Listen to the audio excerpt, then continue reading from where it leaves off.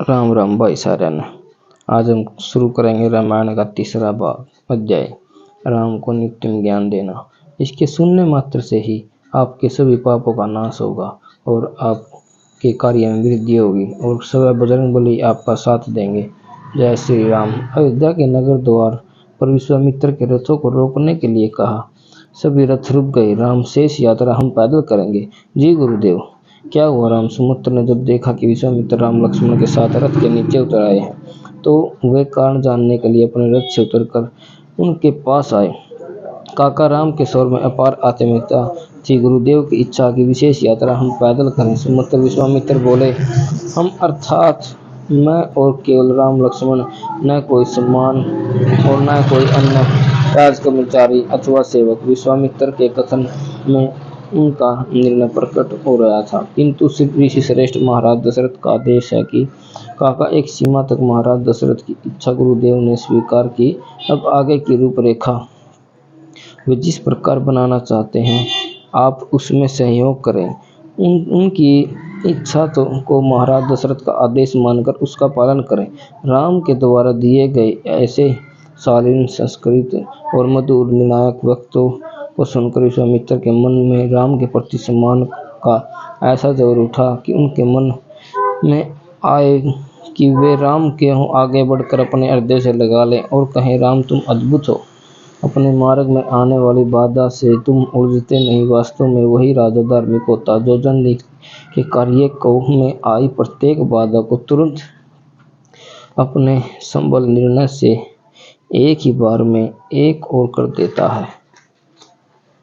विश्वामित्र ने राम के शब्दों में छिपा बल देखा। सुमित्र ने तुरंत राजकीय यात्रा के प्रबंध अधिकारियों को वापस लौटने का निर्देश दिया। अर्थात सुमित्र इस बात से भली भांति परिचित है कि राम के निर्णय में परिवर्तन संभव नहीं है, इसलिए उन्होंने दशरथ के समान तर्क वितर्क को कोई स्थान नहीं दिया। योद्धा के वेश में राम लक्ष्मण ने विश्वामित्र के साथ अपनी पैदल यात्रा आरंभ की।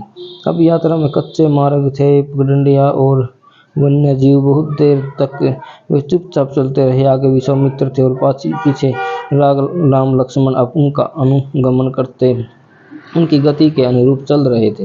गुरुदेव, लक्ष्मण ने मौन भंग किया। कहो वत्स, अभी हमें कितना समय इसी प्रकार चलना है? थक गए।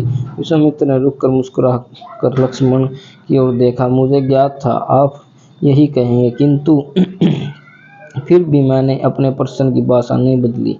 अब आप ही बताएं कि मेरे प्रश्न का अन्य अर्थ क्या रहा होगा। लक्ष्मण के स्वर में शरारत थी। लक्ष्मण राम के टोकने के स्वर में यह स्पष्ट सुनाई दे रहा था कि वे इस बात के लिए चेता रहे हैं कि उसका व्यवहार विश्वामित्र के सम्मान के अनुरूप नहीं है। उसे टोको मत राम, कहने दो।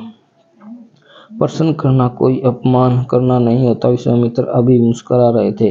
संभवतः तुम मेरे आश्रम की दूरी जानना चाह रहे हो। आश्रम की नहीं बल्कि अपने प्रथम रात्रि पड़ाव की। आज रात हम कहाँ ठहरेंगे? लक्ष्मण सा, अब आप यह मत कहिएगा। लक्ष्मण, क्या तुम्हें महल में रहने की चिंता सता रही है? तुम भी? विश्वामित्र ठहाका मारकर हंसे।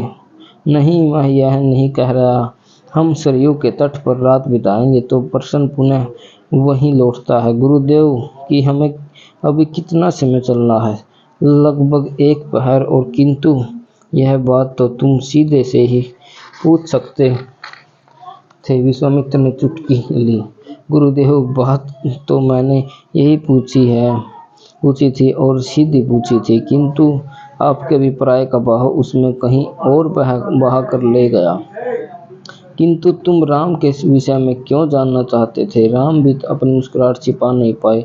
क्योंकि इतने लंबे समय जब हमें साथ साथ चलना है तो हमें अपरिचितों के समान चुपचाप क्यों चले? कोई न बातचीत आस प्रयास होता रहे। लक्ष्मण ने चलने के लिए पग बढ़ाया। मैं उदास व्यक्ति को सन्यासी नहीं मानता। सन्यासी का अर्थ है वह फूल की तरह खिला और नाचता हुआ हो। वैसे ही यह सब मैं आपके लिए नहीं कह रहा हूँ। आपके ठाके ने तो स्पष्ट कर दिया कि आप भी मेरी तरह जीवन के उत्सव मनाते हैं। मैं तुमसे सहमत हूँ वत्स। विश्वामित्र का स्वर स्नेहशील और गंभीर था। वे कुछ क्षण चुपचाप चलते रहे। राम और लक्ष्मण उनकी ओर देख रहे थे। विश्वामित्र की मुख मुद्रा कहीं कह रही थी कि अभी मेरी बात पूरी नहीं हुई है। मैं कुछ क्षण के लिए अंतर्मुखी हो गया हूँ। जीवन के अनेक दृष्टियों से देखा जा सकता है, अतः कभी किसी एक की दृष्टि को अंतिम नहीं मान लेना चाहिए। विश्वामित्र शून्य में देखते हुए आगे बढ़ते जा रहे थे, किंतु तुमने कहा कि तुम उदास व्यक्ति को सन्यासी नहीं मान सकते। मैं पुनः तुम्हारा मत पर अपनी सहमति देता हूँ, किंतु वत्स तुम इस दृष्टि से तो ध्यान की गहराइयों में डूबा अकंप और समाधिस्थ सन्यासी तुम्हें उदास दिखाई देगा। उदास और उदासीन में बहुत अंतर है। नाचता हुआ बाण कोई सिद्ध नहीं होता। जिन मनुष्य ने दैत्यों से भयभीत होकर पलायन किया और सन्यासी हो गए, उस वर्ग विशेष को हम सम्मानजनक रूप में उदासीन कहने लगे, जैसे किसी को दृष्टिहीन न कहकर दिव्यचक्षु कह दिया जाता है।